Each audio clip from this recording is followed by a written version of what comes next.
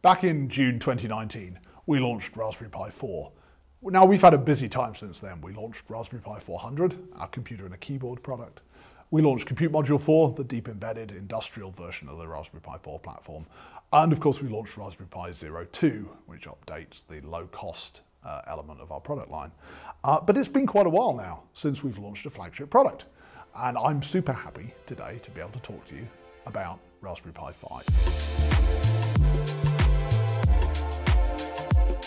What's special about Raspberry Pi 5? Well, primarily, it's a lot faster than Raspberry Pi 4. We have between 2 and 3 times the CPU performance, we have roughly twice the GPU performance, and we have an enormous amount more I/O bandwidth.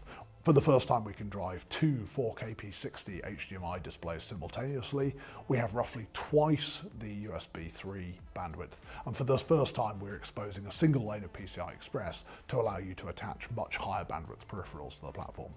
What makes all this possible? Well, we have a lot of new silicon on the board. The only piece of silicon, in fact, that we reuse between Raspberry Pi 4 and Raspberry Pi 5 is the Cypress 43455 dual band wireless chip. On the board, we have a new application processor, BCM2712 from our friends at Broadcom, that contains 4 ARM Cortex A76 processors running at 2.4 gigahertz. We have a new power supply chip from our friends at Renesas, which provides up to 20 amps of core power to power the large ARM cores in that Broadcom chip. But probably for me as a silicon designer, the most exciting thing about the platform is RP1. For the first time, there is a piece of silicon designed in-house here at Raspberry Pi on a big Raspberry Pi product. What does RP1 do? Well, it provides all of the I/O in the system. It provides us with our USB 3, it provides us with our Ethernet, it provides all of the GPIO, and it provides us with our MIPI display and MIPI camera interfaces.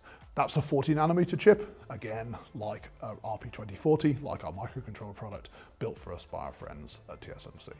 This is almost a novelty for us. It's only the second time in Raspberry Pi history, since Raspberry Pi 1 back in 2011, that we have told you about a flagship product before it's available to buy.